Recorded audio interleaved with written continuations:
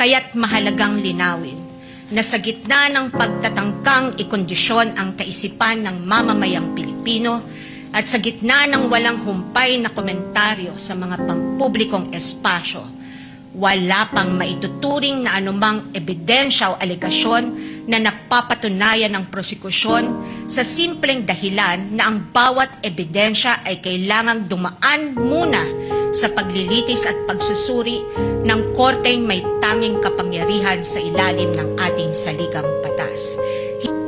We therefore should not lose sight of the core principle that the burden of proof is on the prosecution, and unless it discharges that burden, the accused need not even offer evidence on her behalf, and she will be entitled to an acquittal. This is the law then. This is the law now. And the underlying principle for this burden of proof is simple. Under our Constitution, every accused is presumed innocent until proven otherwise.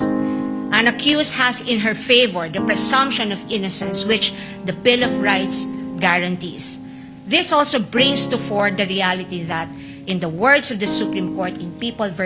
Pagal, the individual citizen is but a speck of particular molecule vis-a-vis the vast and overwhelming powers of government, and his only guarantee against oppression and tyranny are his fundamental liberties under the Bill of Rights, which shield him in times of need.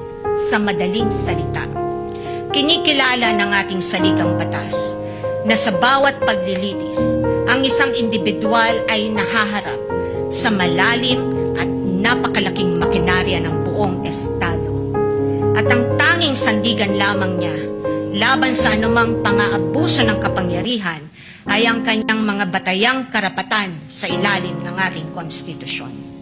Kaya't mahalagang linawin na sa gitna ng pagtatangkang ikondisyon ang kaisipan ng mamamayang Pilipino at sa gitna ng walang humpay na komentaryo sa mga pampublikong espasyo, wala pang maituturing na anumang ebidensya o alegasyon na napapatunayan ng prosekusyon sa simpleng dahilan na ang bawat ebidensya ay kailangang dumaan muna sa paglilitis at pagsusuri ng korteng may tanging kapangyarihan sa ilalim ng ating saligang batas.